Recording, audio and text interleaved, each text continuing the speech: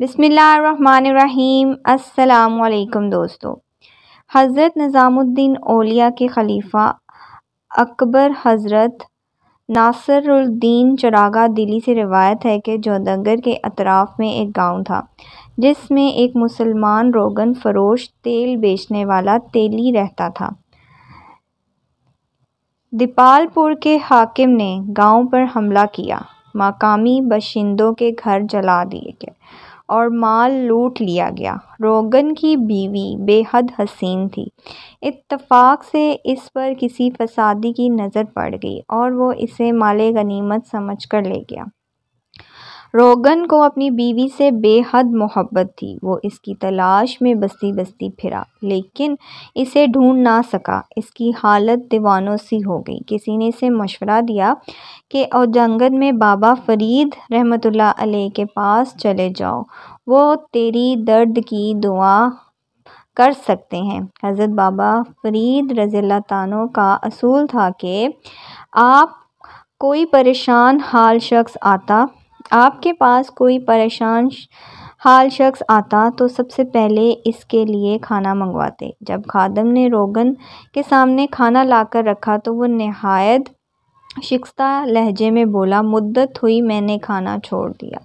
बाबा फरीद को इसके गम की शिद्दत का एहसास हुआ। आपने पूछा, तू इस हालत को कैसे पहुंचा? इसने मुकम्मल हाल बताया और कहा, इसके बग़ैर ये ज़िंदगी अज़ाब है। अगर आप के पास मेरे गम का इलाज नहीं तो मैं चला जाता हूँ।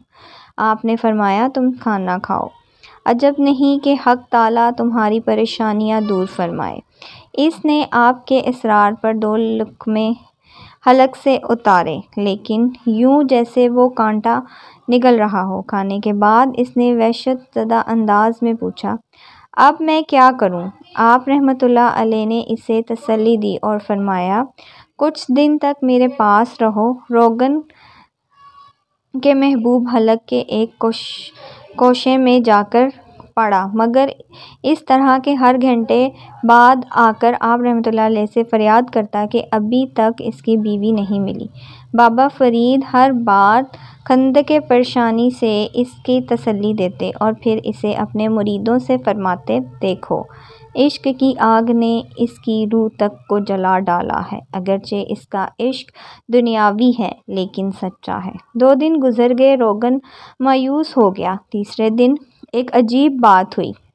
दीपालपुर के हाकिम ने अपने सिपाहियों को हुक्म दिया कि वो जोधाग के मुंशी को गिरफ्तार करके इसके सामने पेश करें। अगरचे मुंशी बेकसूर था लेकिन किसी ने मुखबरी करी कि वो हाकिम के ख़िलाफ़ साजिशें कर रहा है। सिपाही जब इसे गिरफ्तार कर ले जाने लगे तो उसने सिपाहियों से कहा, अगर तुम लोग मुझे चंद लम्हों के लिए बाबा फरीद के हल पर जाने दो तो मैं तुम्हें बड़ी रकम इनाम में दूंगा।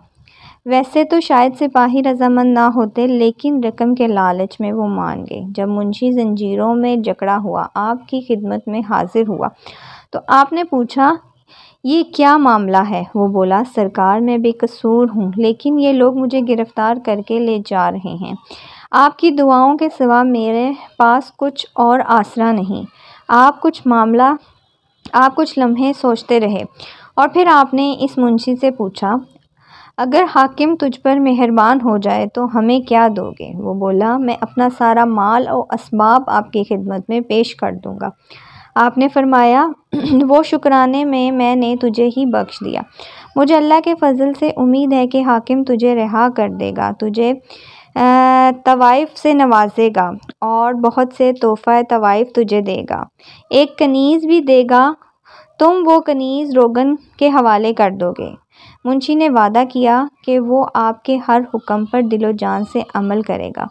आपने रोगन को तलब किया और मुंशी से कहा, तुम कनीज़ इस शख्स को दे देना। रोगन रोता हुआ बोला, मेरे पास इतनी दौलत है कि मैं 8 कनीज़ें खरीद सकता हूँ लेकिन मुझे अपनी बीवी के सिवा किसी औरत की रफ़ाकत गवारा नहीं। आप मुस्कुराए और फरमाया, तुम सिर्फ मेरे कहने पर इसके साथ चले जाओ। महबूब रोगन मुंशी के साथ चला गया। सिपाहियों ने मुंशी को कैद खाने में बंद कर दिया और रोगन मायूस कैद खाने के दरवाजे के बाहर बैठ गया। दूसरे दिन मुंशी को हाकिम के सामने पेश किया गया। हाकिम सख्त गुस्से में था। लोगों का ख्याल था मुंशी को सख्त सज़ा होगी, लेकिन जैसे ही हाकिम ने मुंशी की तरफ देखा, बेइख्तियार बोला, तू साजिशी नहीं हो सकता, लोग झूठ बोलते हैं। फिर सिपाहियों को हुक्म दिया कि मुंशी की जंजीरें खोल दी जाएं। हाकिम ने मुंशी के लिए कुर्सी मंगवाई, इसे अपने करीब बिठाया और इससे माजरत की। फिर इसने मुंशी को कीमती सामान और एक आला नस्ल का घोड़ा भी तोहफे में दिया। जब मुंशी इनाम लेकर पलटने लगा तो हाकिम ने एक बुर्का पोश खातून की तरफ इशारा किया और ये कनीज़ तेरी खिदमत के लिए।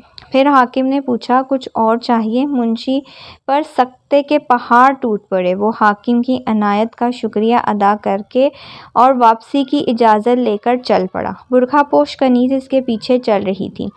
जब मुंशी हवालात के करीब पहुंचा तो इसने देखा रोगन उदास बैठा है। यकायक कनीज़ दौड़ती और जाकर रोगन से के गले लिपट गई। रोगन घबराकर उठा और कहा, कौन हो तुम? कनीज़ ने नकाब उल्टा दिया। तुम्हारी बीवी हूँ। रोगन को सख्ता सा हो गया। कुछ देर बाद वो चीखें मारकर रोने लगा। बाबा बाबा। इसकी बीवी हैरत ज़दा हो गई। किसे पुकार रहे हो? इसे जिसकी दुआओं के तवाफ़ मुझे तेरा दीदार हुआ। रोगन ज़ोरोकत्तार रो रहा था। इसकी निगाहें करम ना होती तो मैं इस आग में जलकर राख हो चुका होता। मुंशी ने पूरा वाक़या सुना तो इसकी आंखें भी भीग गईं। खुदा शेख को सलामत रखे। उन्हें देखकर हमारे बेकरार दिल सुकून पाते हैं। जोगन पहुंचकर रोगन आपकी कदमों से लिपट गया। आपने पूछा, अब क्या चाहते हो? इश्क की वो आग चाहता हूँ जो कभी ना बुझे। आपने इसके लिए दुआ फरमाई। फिर वो रोगन आपके हल्का अदार में दाखिल होकर इश्क हकीकी की मंजिलों तक जा पहुँचा।